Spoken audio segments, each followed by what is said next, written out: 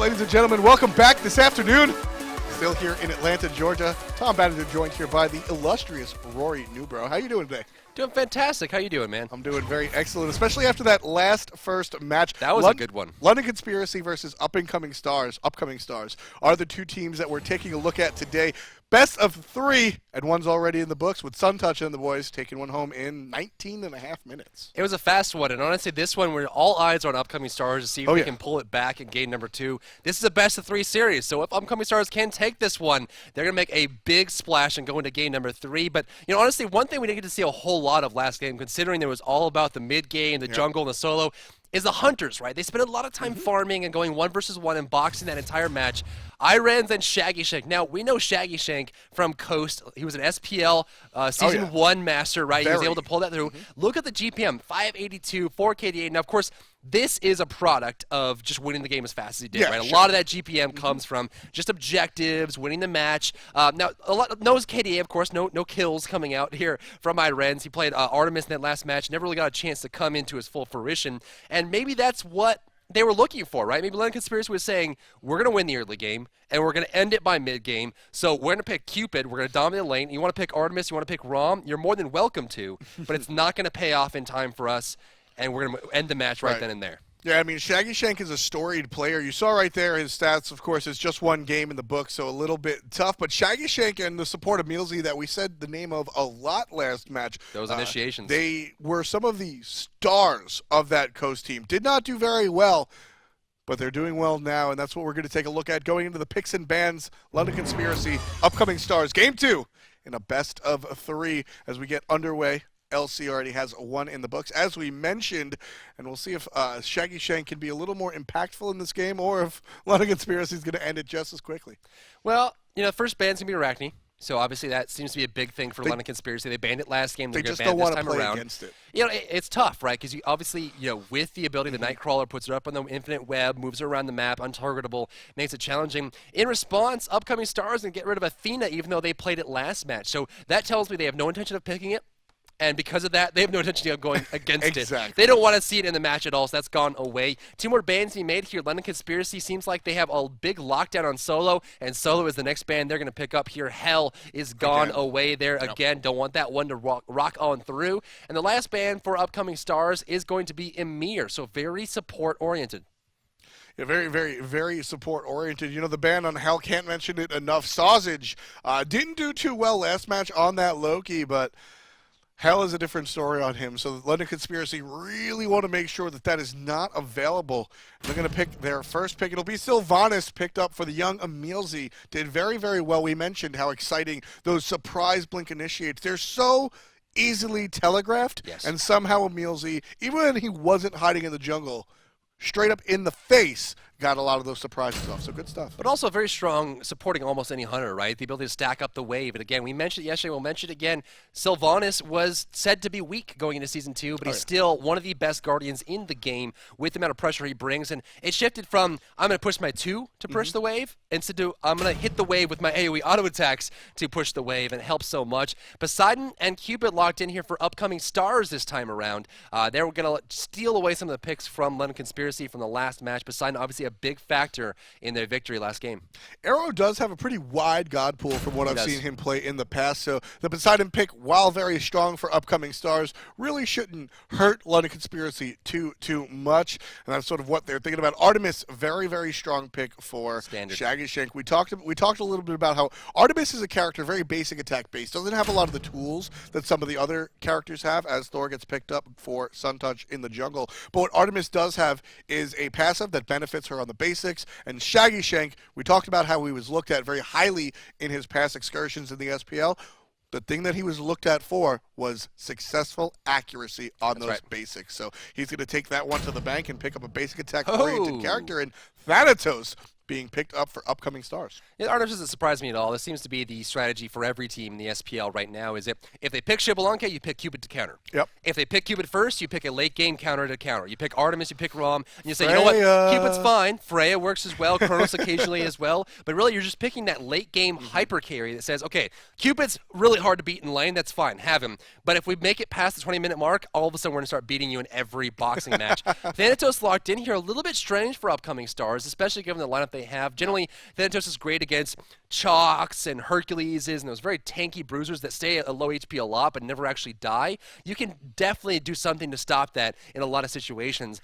Next band's going to come through here. Bakasura coming out from upcoming stars. Obviously, last game, London Conspiracy, they dominated with that one. Sobek banned in response, knowing that they have Sylvanus, and then there's 2 other supports banned. Why not ban another support, Sobek? And that only leaves really Ares or Geb or a couple other characters that work out. But of course, Sylvanus. Actually, Geb quite strong against Sylvanus in general. And then 2 more selections for London. Cupid Sobek is one of the stronger or more classic kill lanes. Heart Bomb fling into the Sobek fling, or Heart Bomb into the Sobek fling just is so much poke, and then you can knock them in and do so many fun things to keep them in that Fields of Love ultimate coming out from Cupid. You know, the Thanatos pick, as we see Janus and Tyr picked up, Thanatos will actually help them out against Janus and Tyr a little bit, but interesting pick. I'm not in love with it. That said, a lot of people say, I'll explain that pick in a second, that Thanatos is done falling off. The old adage of Thanatos falling off is not true anymore with the lack of pen boots and some other shifts that we've seen into Season 2. But Anubis is one of Sausage's favorite gods. You know, honestly, I like Anubis in Season 2. He's actually a lot stronger than he was. Season 2 has slowed down a bit in the pacing of the game, and so there's a lot more opportunity for a character like Anubis to fit. Not only that, but the CCE just has gone away. A lot more low mobility mids are being moved into it. You got your Januses, that kind of thing, the portals. So it really helps to put Anubis here. Now, the problem they're going to face here is that Anubis with Thanatos together is going to be very difficult. Sure. Now, of course, with Anubis going into the solo lane, it's going to help them a lot. With Poseidon in the mid lane, very strong mid there. Janus is going to be an interesting one as well. Janus is a difficult character because he's very much like Scylla. The way I look at Scylla and Janus is that if you're 100% accurate, like Stealth, they're one of the best mages in the game. If you're about medium accuracy, they're awful, right? Because a lot of people are wondering, why does Stealth do so well on C9 with Scylla? It's because he never misses an ultimate. With Janus, if you're missing those unstable vortices occasionally, if you hit an ultimate every now and then, he's not worth it. But if you're super accurate and you know how to use those thresholds and you're good with portals, he's one of the best mid-mages and he scales so aggressively. Good with portals for sure. One of the things I want to point out, but first I will remind you guys that we will have more Xbox codes available to you, especially you guys at PAX. If you can't hear us, you can still see the code pop up, so get ready for that. Double kills are what you're going to want to look out for. But Sausage in that solo lane, 2 things. 1, he is a very proficient Anubis. Him and Kret have played tons of Anubis. But do you see the god that Snakeskin is playing? I don't see anything. I'm blind. Snakeskin is playing Tyr, who is a knock-up-oriented character. That Fearless is classified as a knock-up. Plague of Locusts... It's a grab into a knock-up. It's classified as a knock-up. Plague of Locusts, while casted, you are knock-up immune. So if the Anubis plays intelligently, Tyr will be completely ineffective. If you press 1 as Anubis, you just won't be able to be hit by the #1 kill ability coming out from Snakeskin. So a great counter pick, as you mentioned, it's very accuracy dependent, but a great intelligent counter pick coming out from the solo laner for upcoming stars. Now, making Anubis work late game is going to be the thing we're looking at. The laning phase is going to be an easy one, especially given the fact that Plague of Locust is one of the best lane clear mechanics in the game. One single cast will clear an entire wave. So the question is, can he actually make it work late game? One of the downsides of Anubis is that he can't stop buying damage because his only teamfight presence is damage. He can't do anything else. He's not really much of a provider of presence or zone control. It's all just pure burst. And if he gives up on that by buying utility, it puts him into a weird pocket. Yeah, of course. So keep an eye on him and see how he's able to maintain himself. Mid lane Poseidon, of course, dominating there against the Janus early on, as you'd expect. You see Thanatos rotating over into the mid lane to clear this out as well, just exacerbating the difference between a Janus and Poseidon in the first few levels. Looks like they could be rotating over to take back Harpies or maybe even take down the left side lane. Pretty early gank.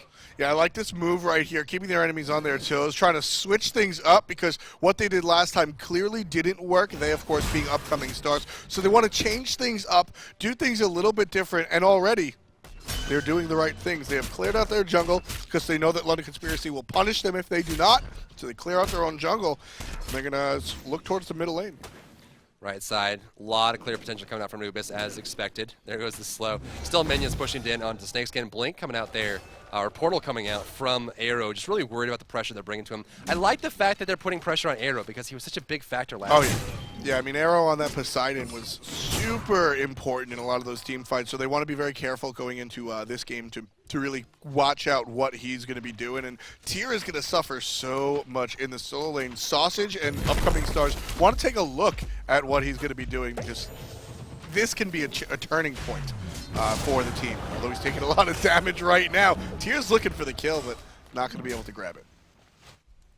Not going to be able to grab it, but he's getting close, pushing Anubis back into the tower here. And of course, it's going to come down to how much damage Anubis can deal. If he pops his ultimate, he'll be able to CC immune. Tyr won't be able to do anything with him. The damage output from Anubis surpasses Tyr quite significantly. Mid lane, he pushed up here by Suntouch. Arrow sticking together with him as well. Thanatos looking for a gank in the right lane. No actives available, no blink or anything. Just going to come in here, see if he can put some pressure down and really alleviate some of the pain that Anubis is feeling. Yeah, Thanatos prior to level 5 is tough to get a kill past the first minute, right? If you're not just totally... It's binary, right? Hit death site, don't. Right. If you miss your one, you better run is pretty much the phrase that pays when it comes to Thanatos. But with Thanatos, if you're not squashed in an easy, accessible area, hold that thought. Kraken comes out. Lots of damage going on in the middle lane as teams go ahead and try to pick up those mid camps.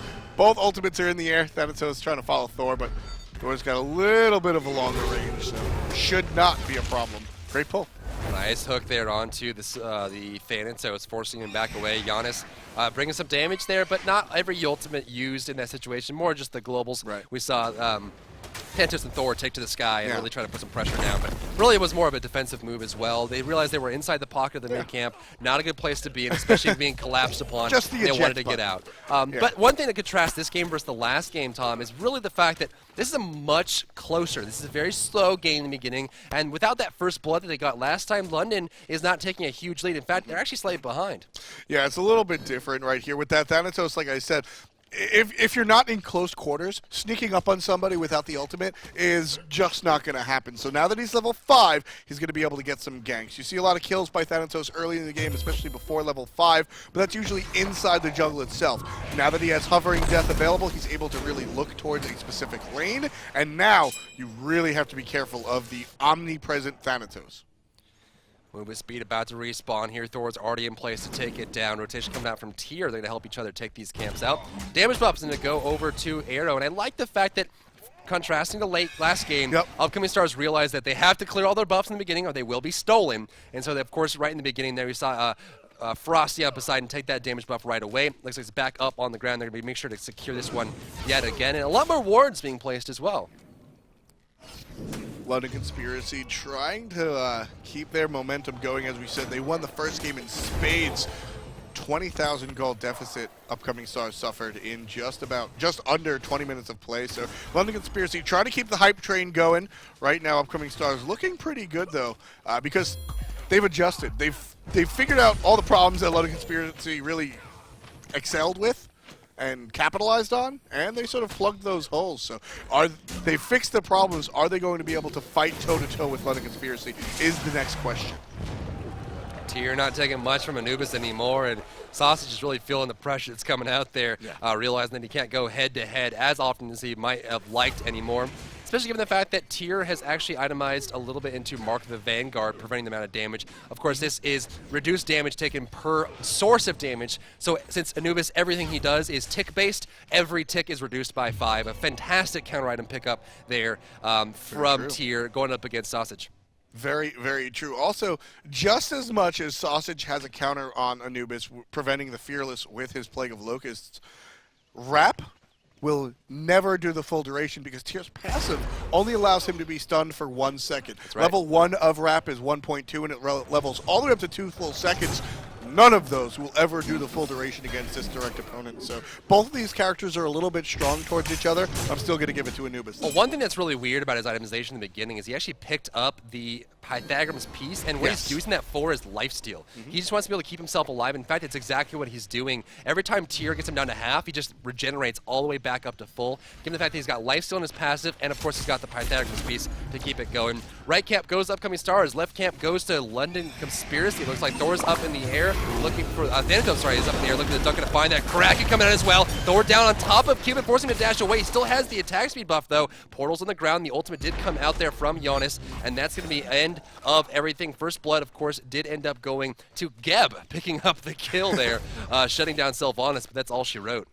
Yeah, Milsey just completely surrounded by the enemy, not really able to go anywhere on the rather immobile Sylvanus, so a little stuck out there for the first blood coming out in the 6th minute of the game for Upcoming Stars this time around. They're the first ones with a tangible lead, so good job to them. And an interesting turnaround considering how swiftly London Conspiracy won the last one.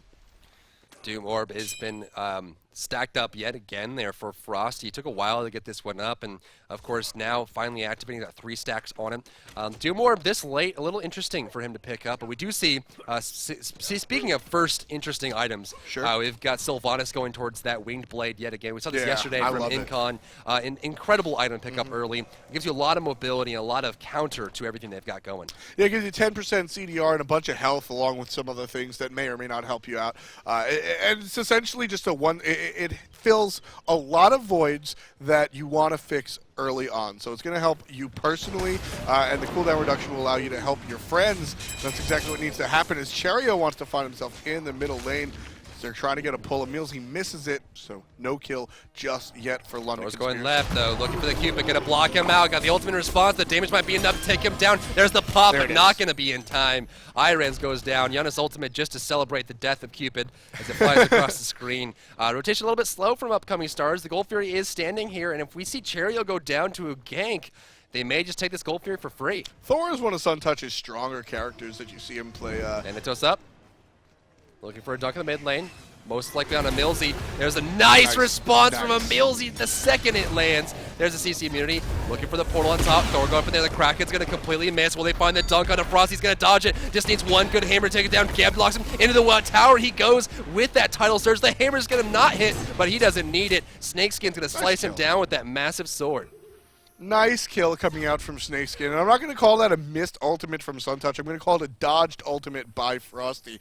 Really just read where Suntouch was going. Sure, Suntouch might have been able to pull a little more sneak ability. It's the best kind of ultimate, right? In the face, but just dodged out by the players on Upcoming Stars. It's the best kind of ultimate. This is the kind of ultimate that most players, when they first start playing, they don't understand, right? When you look at it and say, okay, he messed up there. It wasn't. It was a lose-lose situation. What you do is you put the ultimate in the path of where they want to go to safety, and either they go to safety and get hit by it, or they backpedal away from it and into your teammates. Either way, it's going to guarantee that kill for you. Now, if he had predicted the dodge and put the ultimate further back and he didn't dodge, it's a free escape for him. So either run to the ultimate or run to my teammates. You're going to die either way. Yeah, it's the same concept. We see it a lot from coming out from Vulcan with the ultimate put behind you into my burst, etc. So cool play coming out from Thor to really push the enemy and use spacing to the advantage. Left-hand Harpies being fought over right now. Looks like they went to Upcoming Stars. Another win for the red team down Anubis ultimate on a Tyr right side, forcing him out. Tyr almost dropping there. A lot of damage dropped out, but of course 2 ultimates used, they will be A-okay. One of the benefits of the Tyr ultimate, the animation time allows him to be up in the air long enough to avoid some of the duration of the Anubis' ultimate, whether he's escaping or fighting. Of course, he's got that guard stance cleave to heal right back up. And one thing that you'll notice about this match, this is probably the most amount of sentries we've seen bought early. There's so much counter-warding going on right now. Yeah, this is sort of, I think this will be London Conspiracy's sort of calling card. They did this in the first game. By 13 minutes, they owned all of the vision on the entire map. So they really knew what they were doing with sentries. But Thor right now, he's trying to create a sentry all by himself. Where's he going to go? He's going to go to the left-hand side, under the tower, gets the kill onto the Cupid. hi-rez nowhere to go. Suntouch secures a third kill for his team, and London Conspiracy is going to be barking down this left-hand tower. I love the fact that they went for the Cupid there, and honestly, with the picks you've got lined up, right? Cupid is one of those characters that only has a dash, can be interrupted the entire time, and it's tough to pull it out. But one thing that's tough to get is also the Xbox One Alpha code. If you want to play Smite on Xbox One, it's tough to get right now, but you have a chance. Let's go ahead and give away some codes up on screen, and of course, everyone there at PAX, if you're playing on the consoles, I'm sure you're having a lot of fun playing Xbox One Smite. I certainly have been as we've been developing it here in the studio, but there is your code up on screen. The first person to get it will be happily playing Xbox Smite on their television. Very true. That segue was all right. It's what I've got, man. It's my thing. It was all right. It's my thing. I got to give that one to you. It was a little rough, but I see where you're going. Is it really that hard to get these codes? Because we've got a lot to give away today. Yeah, okay. Well, honestly, the amount of people that want it versus the amount we're giving away. All right, that's true. I'll give that one to you. Do you have one? So, I don't. Do you have one? I don't have one just yet. I'm just going to put this out here, folks. They're easy to get, but he doesn't have one. That's where we're at right now. Yeah, I just want to put this out here as we get back into the game, folks. We didn't pause the action just so that Drybear could give you guys a good pun and a good segue. We paused it because some of the players paused it. They wanted to get some DCs out of the way. Cherio is actually back in the game. He is the one that DC'd, so we're going to keep on going. Great ultimate coming out from the Poseidon right away, back into the action. Oh, the snipe from Arrow takes him in the backside. The God of the Dead is dead as he tries to escape on the tower. The Hammer's going to come out. Does he actually teleport in? They're so low. There goes the portal. They're taking the tower shots. It's going to hit, and he will survive, but a big rotation pulling through there. 5-2, and the gold is now spinning so amazingly in favor of London Conspiracy. Cherio is actually still unfortunately disconnected, so pause time has been used up all by upcoming stars, and unfortunately they're going to have to press on 4v5. So this what looked to be an almost promising game, they plugged a lot of the holes that they had in the first game. Unfortunately for them, they'll be continuing on 4 versus 5, so London Conspiracy clearly the team with the advantage here. And you can see the itemization is changing a little bit from London Conspiracy, knowing that there's an opportunity available. You see Artemis going into that Ickfall right away. Those cheap early game items allow them to kind of get right into it. Looks like Tyr is going to be going into a shield as well. Sun touches up. He's going to go ahead and just barely miss the Cupid with not just his ultimate, but the wall stun as well. From hi-rez. Cupid able to dance around all the stuns coming out from Thor. Well, he's got that mobility.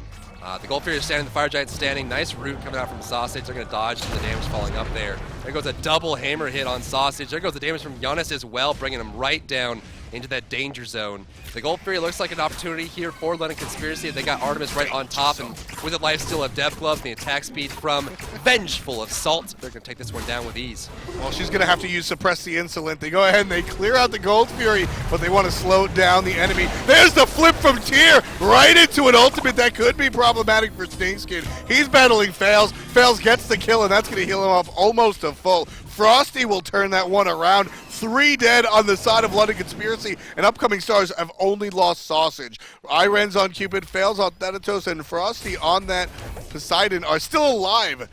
Great team fight for upcoming stars, and honestly, losing the Gold Fury and only suffering 1 death while getting 3 kills, that's a win. Well, 3 kills on the most farmed on London Conspiracy as well, getting worth more overall. Left side, they might be finding a Milsey as well, caught out. Death side coming out here. Art Bomb should be a stun. Looks like it's not going to be, and Milsey will walk right out of that. But, keep in mind, that was a 4 versus 5, and this is the beauty of Smite. Even when you're down, you're never down for the count. It comes down to positioning and kill potential, and whether or not you are playing better than your opponents, and outright, upcoming stars played that 100% better than London Conspiracy did, and they benefited for it. They got the kills. They did the things. They got the do. What happens after the stuff, though? Unfortunately for them, without a support and with the Gold Fury down, 14 minutes in, there really was no stuff to get after the stuff for them. The Gold Fury, the major objective, is already down. They don't have a support to really tank the middle tower, which is where they would have turned their sights. But without a tank or a Cracking on Janus. There goes the title surge, and he's done. And that is the power of vision, ladies and gentlemen. When you have the ward advantage, you can set up ganks like that. Arrow walking through a no vision zone. The ward was placed down for Frosty, and boy, did he suffer for it. Thanatos up in the air, Thor up in the air, Tyr looking for the kill all by his lonesome. Good zoning, good hit. There's the avoid, there's the dunk from Thor, gonna find the kill. Now looking for the Thanatos, he will fall as well. Double kill for Suntouch, and that's an Xbox code, isn't it? I believe that is an Xbox code. Throw it up, baby! Thanks to Suntouch, you guys can tweet him.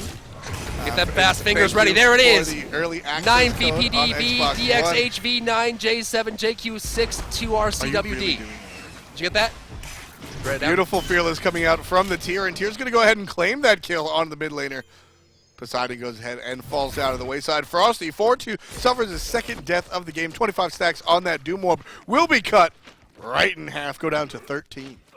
13, 9-6 right now.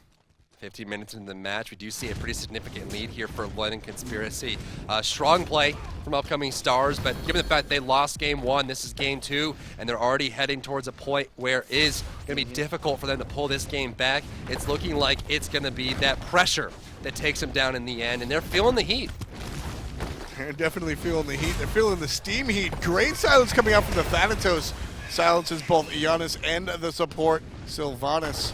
Kamehameha is going to come out, not going to land, fail, trying to get out of here. There goes Snakeskin right on top, a double kill, and that's collapsing. Looking for the hammer, going to find it, looking for the damage, going to find it, looking for the dunk, going to get it, and Sausage is going to be done for. Unfortunately, this is the numbers advantage coming out for London Conspiracy. Surrender vote has started as well, so we're going to see if that one goes through. But the numbers don't lie. And 5 versus 4 is a tough match for upcoming stars. 12-6 as well, 16 minutes and a lot of gold behind. Looking for the hit, there goes the grab, and Frosty into a wall. The Titan just undoubtedly falls at the end of that one. London Conspiracy taking 2-0 over upcoming stars here, but since we did have a double kill at the end of that last match, of course, that does mean that there's one thing we have left to do, and give out an Xbox One code up on screen. There you go, grab that up and go, of course, enjoy your Xbox gameplay. Don't say what? Just don't repeat the entire code like you did the last time. What is it you don't want me to say? Never mind. Anyway, unfortunately... Morior? Can you keep your Harry Potter fandom to a minimum? Unfortunately, for the upcoming stars, they looked promising, but Cheerio, their support has fallen, so it wasn't able to make it back, and they lose the game. It was the game indeed, but what happened in the beginning, the first blood of the match, let's go ahead and check it out on screen here and see exactly where things went well and where things went wrong. We're going to see a rotation coming out here on top, and that's going to be a big one.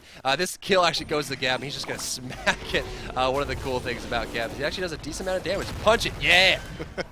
It's always good to see the early support kills, because supports obviously don't do a lot of damage. They're not going to be building into it. But early game, everybody's sort of on the same spot, and you've got that support kill. And speaking of support, Emilzy is going to be joining us today, already here. Howdy. Hey, how you doing, buddy?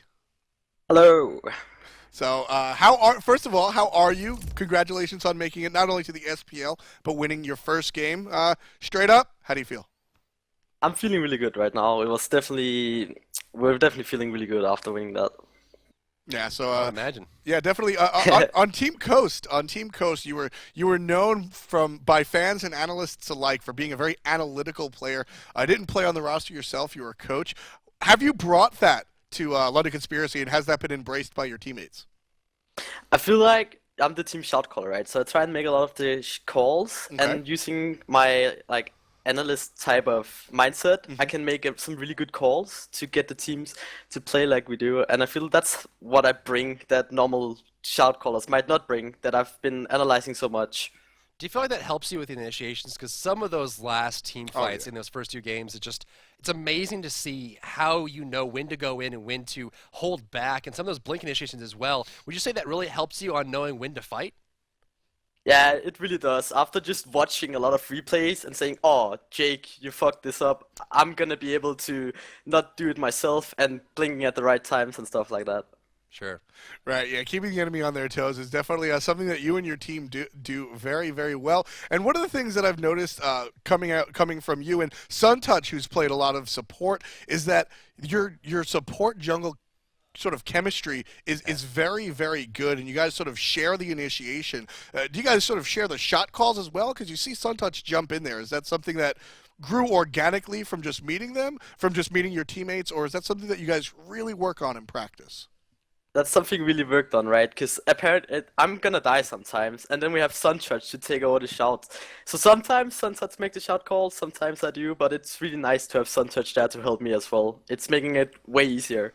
Very cool. Now tell us a little bit about the Sylvanus pick here, because obviously it seems like most teams have their support preference, whether it's more aggressive, more defensive. You know, what is it about Sylvanus that resonates so well with your team?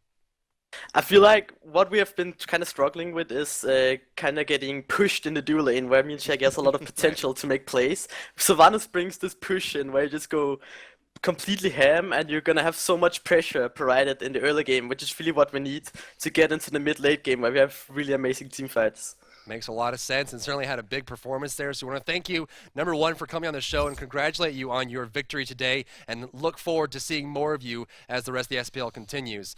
Coming up next, of course, we have another matchup to look at, our North American region, of course. But, you know, looking back on EU, it really shows how many good teams we have lining up here, and I'm really excited to see what they can bring to the table. Yeah, North American teams, the North American game we'll get to in just a second. I don't want to leave Europe just yet, so let's take a look at the standings. 2 days in the books already for the SPL. Team Dignitas and London Conspiracy tied with 1 win each, while Trig Esports and Upcoming Stars are tied with 1 loss each. Titan and Fnatic have yet to play. You can find out when they play along with everybody else on esports.smitegame.com. One more time, that's esports.smitegame.com to find out the schedule of when Titan and Fnatic will be playing. I believe they're going to be starting off with a doubleheader, so make sure to check that out if you want to see your 2 Worlds teams compete. Well, they certainly have a lot to stand up for and some big shoes to fill. Everyone's looking at them as the big ones. But, you know, hopping over across the ocean to North America, we've got Enemy versus Cognitive Gaming going head-to-head as the next matchup here. And realistically, I think this is a big matchup. Busters, now Enemy Esports, have a lot to prove, I think, of coming out of the qualifiers, showing their strength. I think they really have the stage set for them today, and we'll see what they can pull out. Cognitive Gaming, of course, another favorite coming in. Again, we have to clarify, this is not the Cognitive Gaming from the Smite World Championship. That is now Cloud9. This is another sponsored team that picked up the Cognitive Gaming title after it was left behind. We're going to cut to a brief break and show you some of the highlights from that second game there from Europe, and after that we'll be coming right back into North America for all of you around the world watching, as well as those who are at PAX right now enjoying the action. We'll see you soon.